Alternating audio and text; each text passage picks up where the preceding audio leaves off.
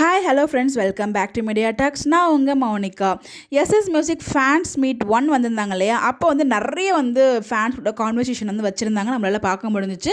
But அதை compare பண்ணும்போது இப்போ ஃபேன்ஸ் மீட்டில் அவ்வளோவா கான்வர்சேஷன் இல்லை. அதுக்கான ரீசன் என்னன்னு சொல்லி நான் ஃபுல்லாக இங்கே நான் ஷேர் பண்ணுறேன் பாருங்கள்.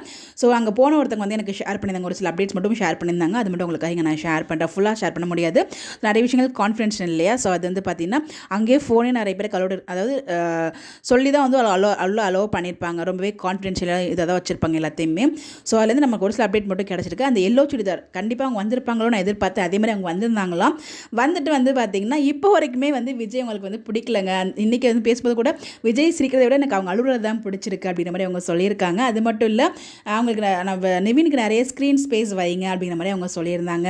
அடுத்து பார்த்திங்கன்னா ஏன் நிறைய ஃபேன்ஸ் கூட கொஷின்ஸ் அந்த கான்வர்சேஷன் இல்லை அப்படின்னா, அவங்க மார்னிங் 9 o'clock ஆக்சுவலாக அவங்க சொல்லியிருந்த டைம் 9 o'clock தான். 9 o'clock எல்லாருமே போயிட்டாங்க, ஃபேன்ஸும் போயிட்டாங்க, டீமும் போயிட்டாங்க. பட் அதுக்கப்புறம் உள்ளே என்ன நடந்துச்சுன்னு எனக்கு தெரியல. மேபி இந்த ஃபேன்ஸ் கிஃப்ட்ஸ் கொடுக்குறது, ஸோ அவங்களுக்கு பற்றி அவங்களுக்குள்ளே நிறைய பேசியிருக்க மாதிரி காமிச்சிருப்பாங்க, நமக்கு தெரியல. பட் கிட்டத்தட்ட 2 o'clock ஆகிடுச்சு. 2 o'clock சம்திங் கரெக்டாக தெரியல, ரொம்ப நேரம் ஆகிடுச்சு. ரொம்ப கம்மியான செஷன், ரொம்ப கம்மியான கேள்வி தான் கேட்டிருப்பாங்க போல் அந்த ஃபேன்ஸ் கொஸ்டினில், அந்த செஷனில்.